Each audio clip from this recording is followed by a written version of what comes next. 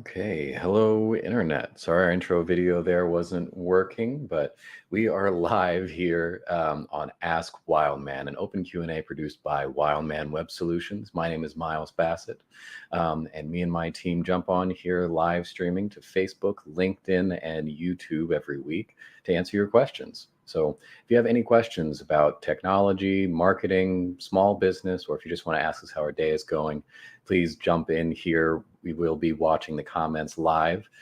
So throw your questions in the comments below. I'll be watching those and we'll try to answer them as they come up. Or if you're catching this later, you're not watching this live, you can email us your questions at askwildman@wildmanweb.com. I have that address scrolling below me on the crawler. Also, feel free to visit our website at wildmanweb.com. We put a lot of really awesome free resources up there that may or may not be helpful to you as a small business trying to establish yourself online or maybe leverage your online presence a little bit more effectively. Okay, to help me answer your questions and talk about the subject of the day, I'm going to go ahead and bring in my partner, Mike Hanna. You ready? Here we go. This. There you Good to are. see The you. video didn't work. I didn't know if you were going to work or what was happening. It's the fun of a live stream. Yeah, that's pretty much my morning. Every day I wake up and am I going to work today? And so far, we're plugging along just fine. So happy to be here with you, Miles. How the heck are you doing? I'm doing good, doing good. So we've got a couple of things to go over today, and we've gotten a lot of questions over the last couple of weeks here. We want to address everything, of course, but we're going to limit ourselves to one topic at a time. If you've got any questions on this or anything else, or if you've got something you want us to talk about that you haven't heard us dive into, then again, just let us know. We're watching the comments. We always check those afterwards and try to respond. You can also message us and email us, askwildman@wildmanweb.com.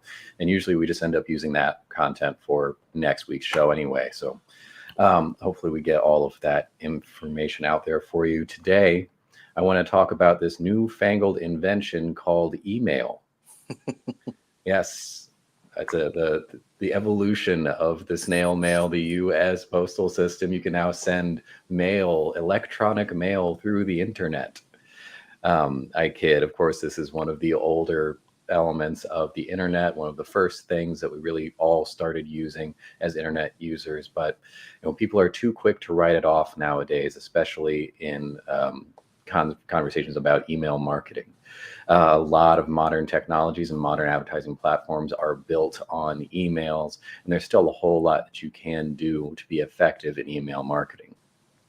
We talk with small businesses that are trying to do that. They're building up lists, they're doing newsletters, they're sending out email blasts, all different forms of email marketing, and some to different degrees of success than others. So hopefully we want to answer a couple of questions here, help you dodge a couple of early pitfalls, and give you some strategy to be a little bit more effective in your email marketing efforts.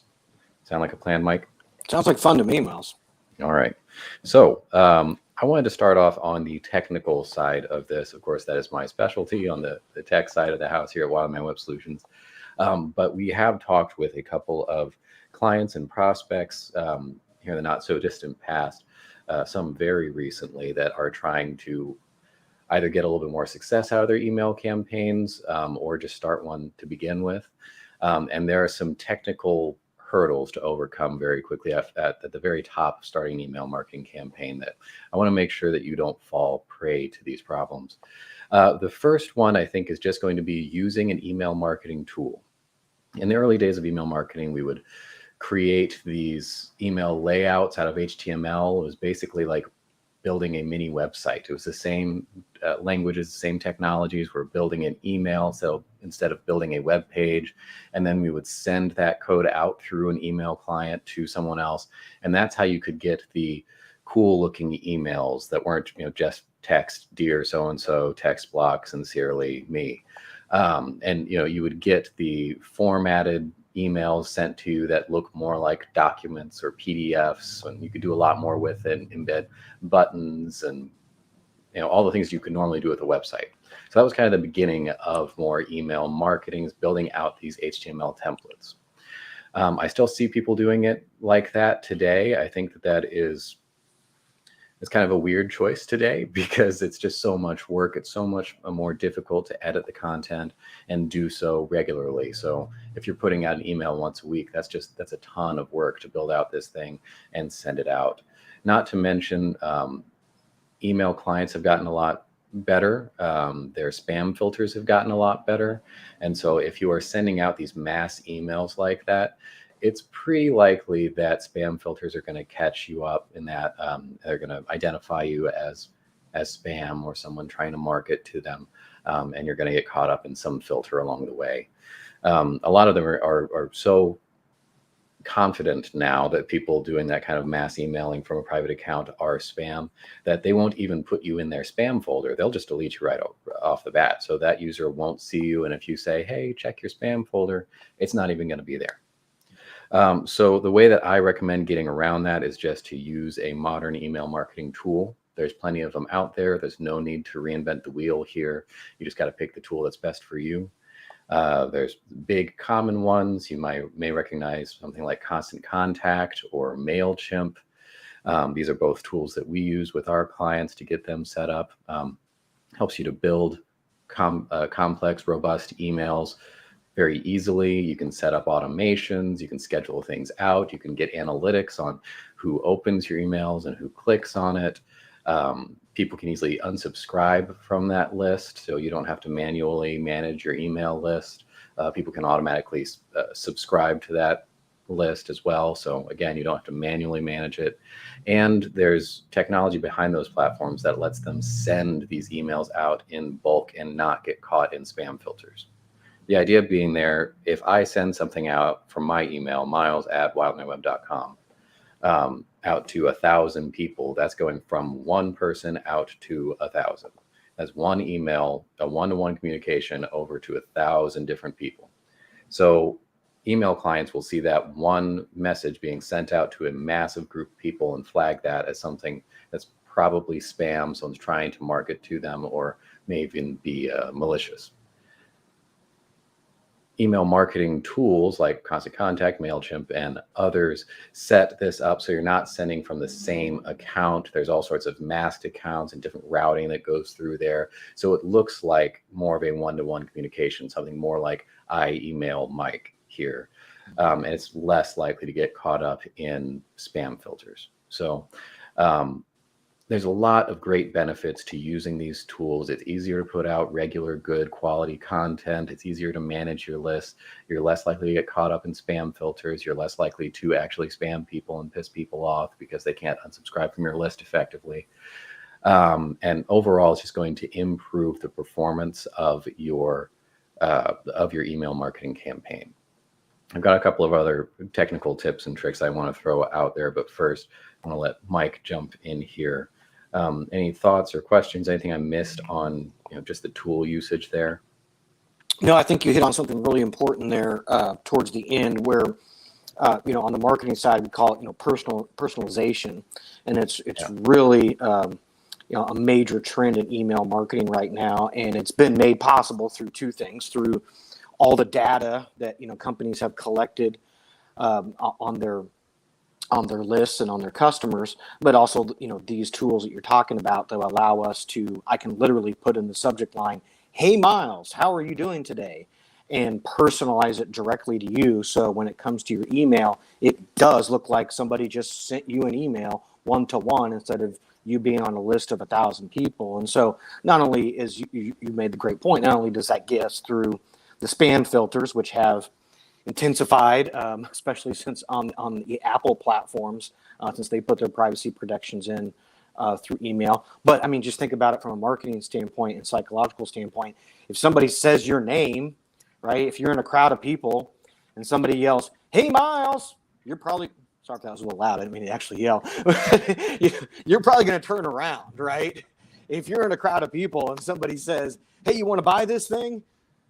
You just keep walking, right? So so I mean that's always a great way. I mean, it's an old school sales tactic.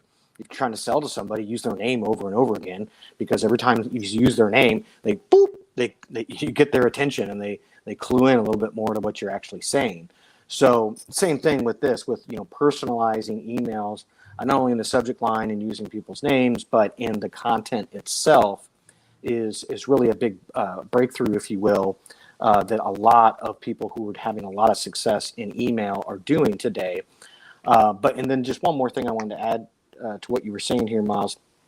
Back up at the very beginning, you're making a great point that email is far from dead. And I think a lot of people have a misconception about email. They think about it as this old thing that we used to do on the internet in terms of marketing. And for a couple different reasons, it's actually gotten better and more useful, more effective over the last few years. Part of it was just the general nature of the pandemic, people being online more, and so on and so forth. But what we've also talked about numerous times on the show is what has happened on the social media ad side of things, especially in terms of the cookies going away and the privacy settings and things becoming less effective, if you will, on paid social media ads. And so what we've been talking about is build up your list, right? Get your first party and your zero party data. And the people that have had that, and then they're now transitioning over to a very effective email campaign, they're doing exactly what they need to do to combat the loss of ROI that some people are experiencing on social media campaigns through the reduction and the eventual removal of third-party cookies. So this is a really, really important time to be not only, if you are doing email, to be, looking at what you're doing and seeing how you can improve upon it. But certainly if you're not doing email, you're really missing a big gravy train here that you need to hop on board. So I just want to throw those two things in there, Miles, and I'll toss it back to you. Absolutely. Yeah. So I want to expand on that and add one more technical element. Then I can toss it back over to Mike here to talk a little bit more about marketing strategy and how we can effectively use email marketing in 2022. I did want to expand on one thing that you were talking about there with the customization and personalization.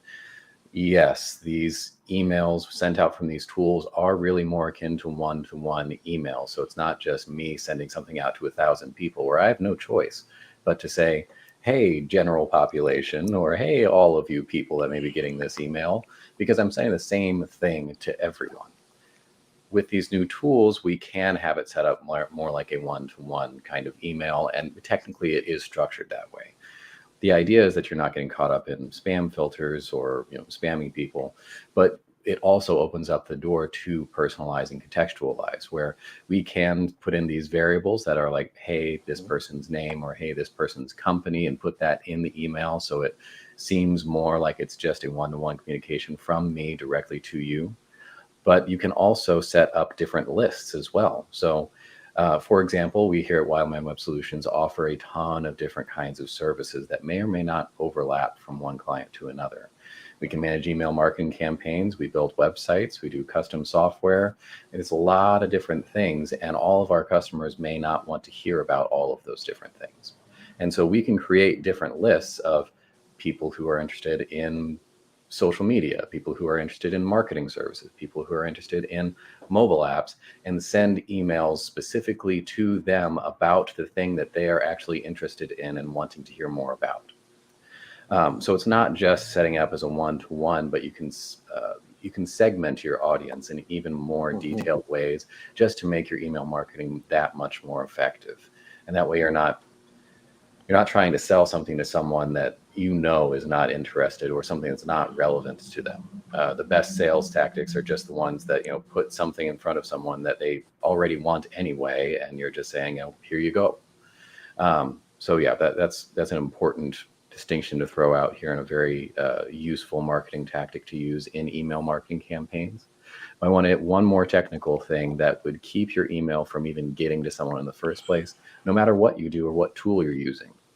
I've talked about it a little bit on this show before, and I think I've written about it on our website, although I think I probably need to do an explicit article just on this so I can send people to this resource. But that is domain verification steps.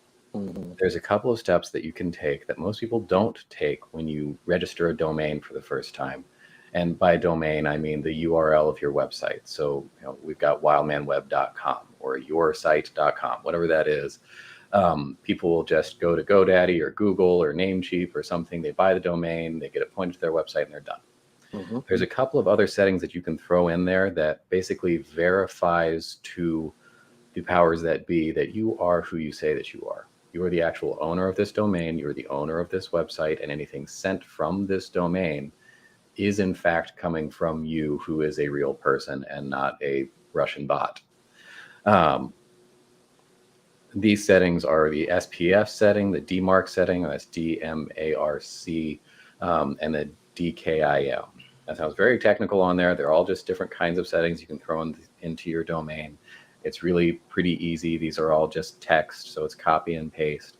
Again, maybe I can write a guide on our website to actually show people how to set all this stuff up. But a quick Google search of setting these kinds of settings up will show you the process, or a call to your local web agency should help you with that as well. Again, adding these 3 settings to your domain just tells other email clients and search engines and all the different powers that run the internet that emails coming from this domain are actually you. If you don't do this, you run the risk of, one, email clients just thinking that you're spamming them or something, getting caught up in these filters again. Even if you are using a tool, one of these email marketing tools that doesn't completely get you out of trouble with spam filters, you need to be careful about those. And one major thing you can do is inputting these settings. But also you're opening yourself up to things like email spoofing. This is when someone can send an email from your domain. So I can go over to mikeswebsite.com, get his domain, and then send emails out to random other people on his behalf. And it looks like it's coming from him because I haven't claimed the domain and verified that I am who I say I am. If you set up these settings, it's like giving yourself a very unique key.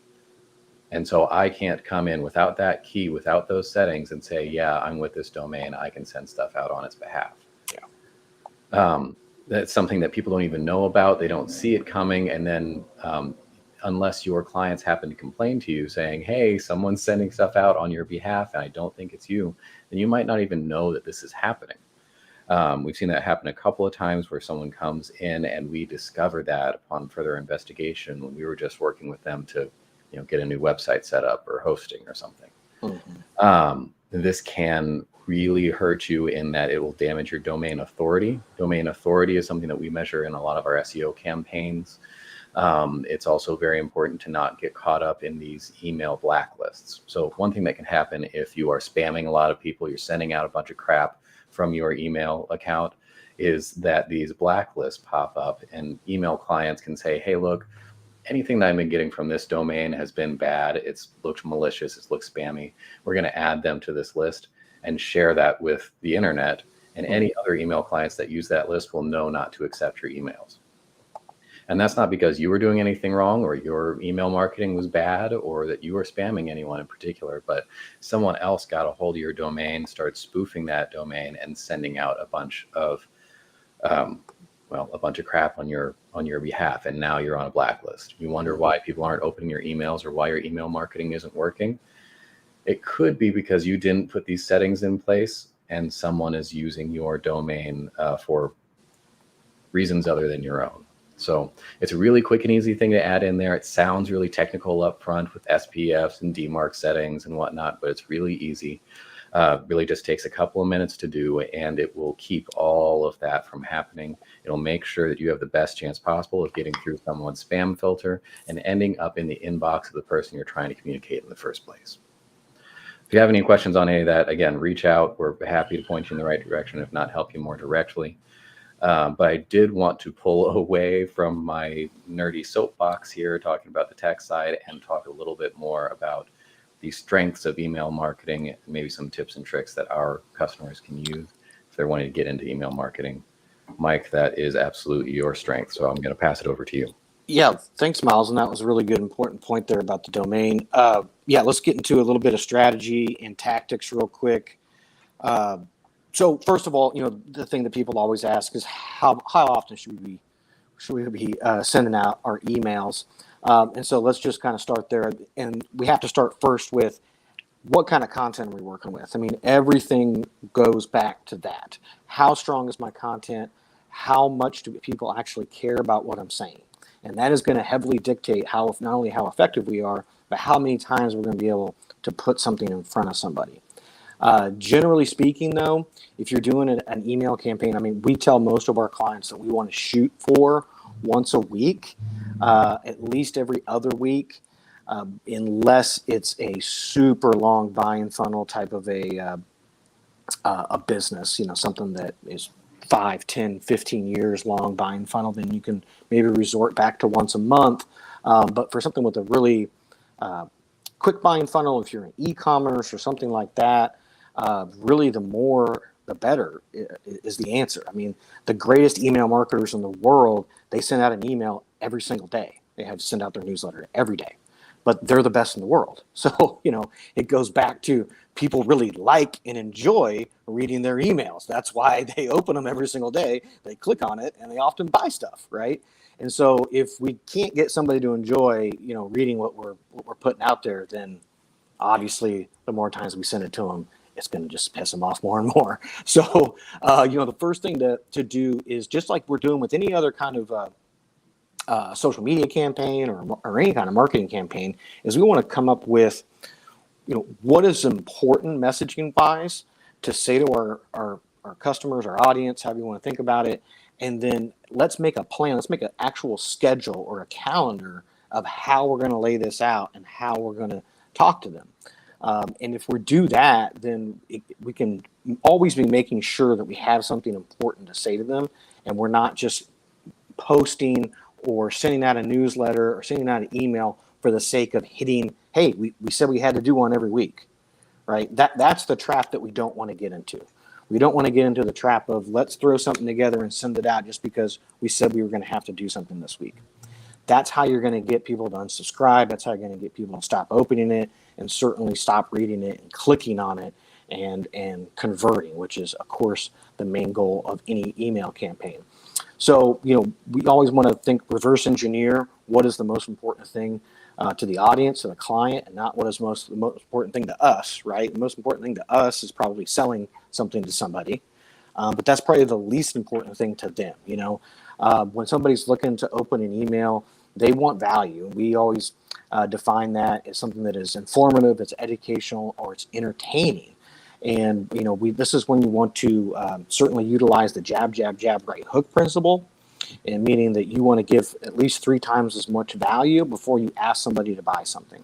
And that is how you're going to be able to grow a really robust and heavily converting email list. So the important thing is, whether you're doing it once a month, once a week, or every single day, is that you're consistent, is that you are putting it out on a consistent basis so that people get in the habit of opening it and reading it, because sleep is the great eraser, and there's so much competition in our inboxes right now. Yes, people are opening and reading more emails than before, but there's also just more emails in there, and so there's a lot of competition for eyeballs.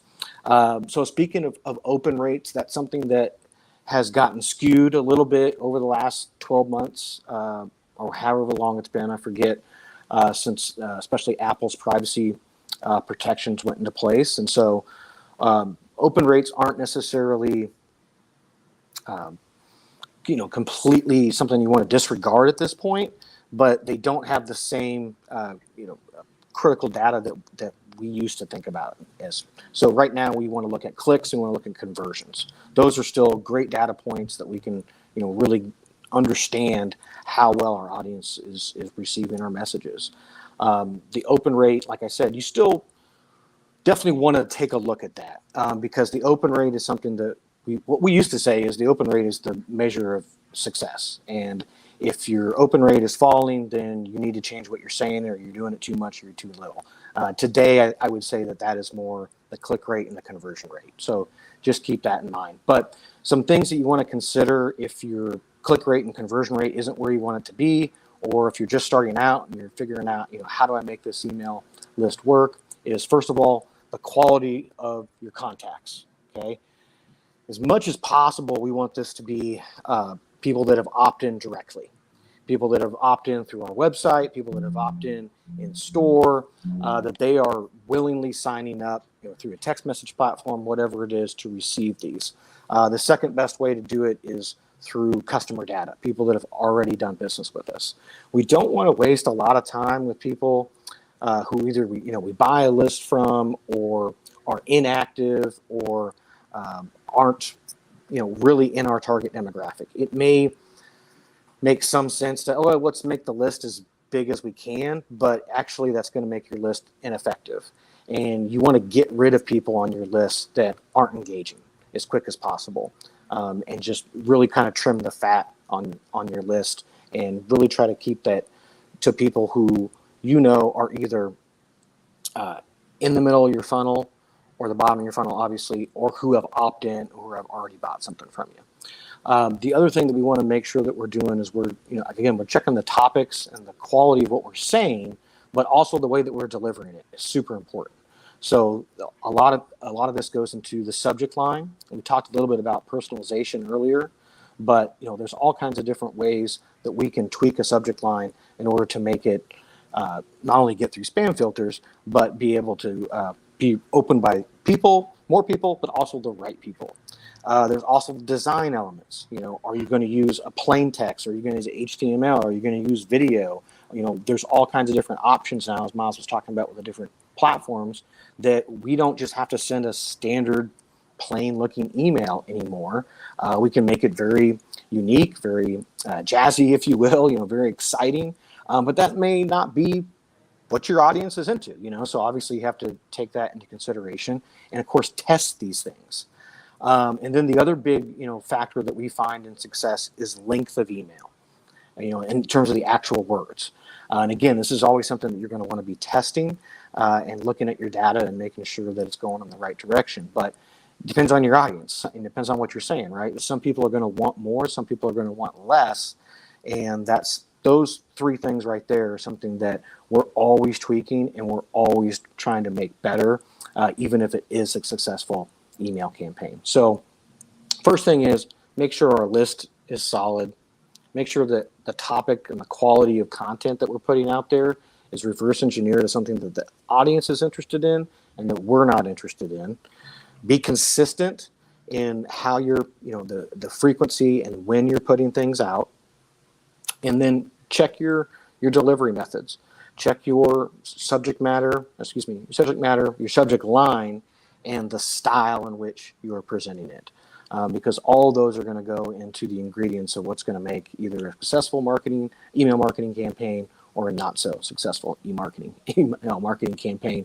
But overall, we do see great ROI with this. This is another great advantage of email marketing, is that it doesn't take a whole lot of ad spend, right? There's no ad spend. I mean, it's not like running a Facebook campaign where so much of the capital investment is actually just getting seen, is getting it on eyeballs. If you have a good, effective list, and you can take the time, and maybe you have to hire some talent to create the content, your ROI is going to be extremely, extremely attractive in terms of what you're able to get out of this. And here's one tip and one tactic to do is, especially if you're going to hire somebody to do this for you, is have them make a long form piece of content on certain key topics, and then be able to break that up into a series of emails that'll follow a certain theme, or they can be standalone themes themselves, but you break up over time, and so they're in kind of bite-sized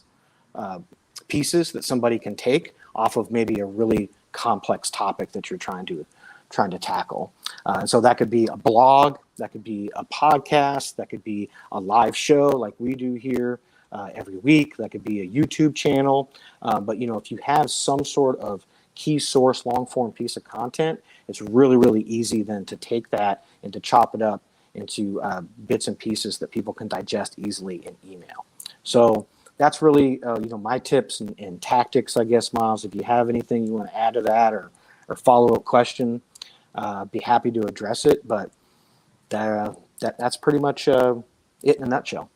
Cool. Well, I think that we did a pretty good summary on the front end of the technical issues challenging email marketing, and then diving into some more tactical elements of executing a decent email marketing list. So I hope that was useful for anyone watching this. If you have any questions, you want us to do a deeper dive into any elements there, then again, throw your questions in the comments below or email us at askwildman@wildmanweb.com. You can also find more information on all of this on our website at wildmanweb.com. Got that information scrolling below us in the crawler here, so just grab it there. Or DM us on all social media at wildmanweb. That I think we'll go ahead and wrap up. Mike, thank you as always for your insights, and we'll see you next week. My pleasure. All right, thanks again for tuning in, everyone. If you like what you're seeing here, if you think this is valuable information, please consider liking, sharing. You know how social media works. Get that out there and get us in front of more people so we can answer more questions and provide more value. Otherwise, check in next week. We'll be live streaming again to Facebook, LinkedIn, and YouTube, and we'll see you then.